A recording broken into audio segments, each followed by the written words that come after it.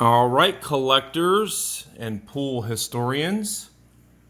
Here's one that we are offering out of our personal collection here at Crossroad Cues. Most of you that are vintage cue collectors already have an idea what this is. I will tell you that if you are interested, number one, by the time you see this, it might already be sold. I will mark it sold at the top of the post, and if you're on YouTube, it will be below the post. Check us out at crossroadcues.com. This is, of course, a Willie Hoppe Titleist conversion, done about as close to perfection, in my personal opinion, and I believe you will agree with me, as humanly possible, by my good friend and master cue maker, Phillippi Cues. This thing is a super cool cue, to say the least. You can see that this conversion was done leaving the original number 18 that would have been there, that is there, from the Brunswick Titleist that this cue is converted off of. And look at that. That's what you want right there. A lot of Titleist conversions don't have the original Willie Hoppe sticker.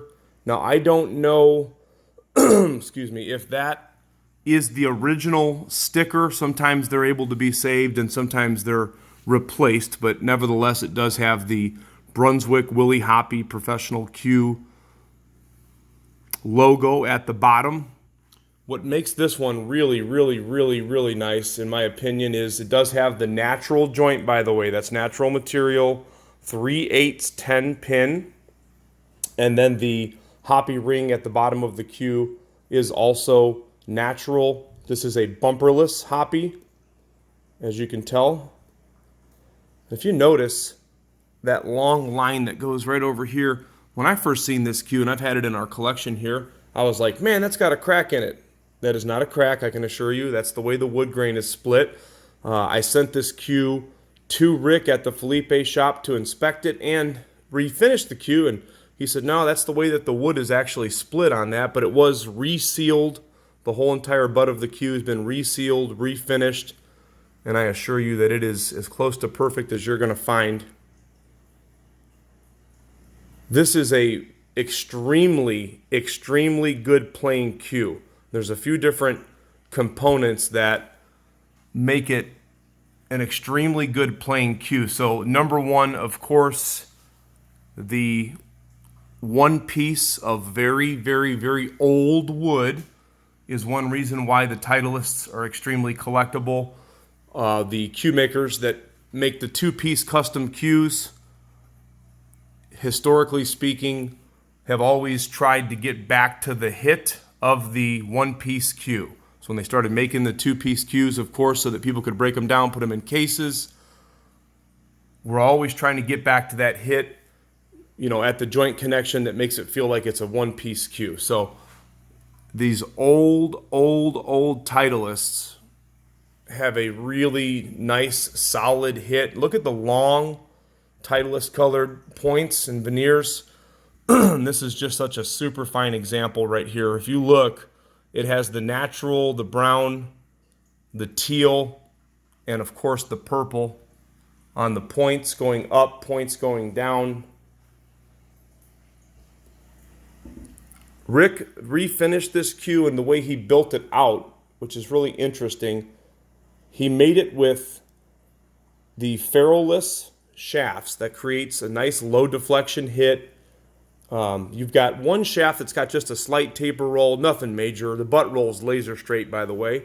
And then the one shaft is 12.4, the other one is 12.75. For an old piece of wood, you won't find anything that rolls nicer and truer than that. Look at that. Nice and true. Just a perfect restoration on this cue. You don't find them often, especially with the sticker like that and this type of quality and the color of the Titleist points and the veneers.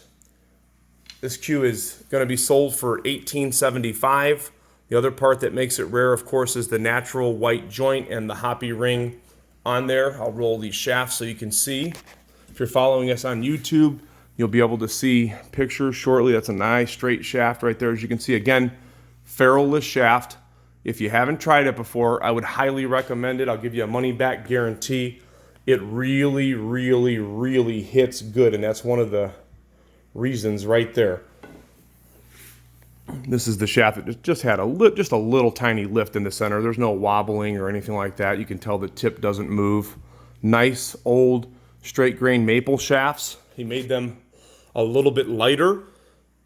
Those of you that know and understand cues and low deflection, you know that when they lower the weight of the front of the cue, in this case the shafts, and then of course without having the big 1-inch ferrules that we all grew up on, it creates a lower deflection cue for you. So there you go. Beautiful Titleist conversion by Phillippi cues with the natural joint 3/8-10 pin. Ready for action. Available right now from our personal collection at Crossroad Cues. It will be on the website shortly if it makes it that far. Crossroadcues.com, crossroadcues.com. We're going to do it at $18.75 plus shipping.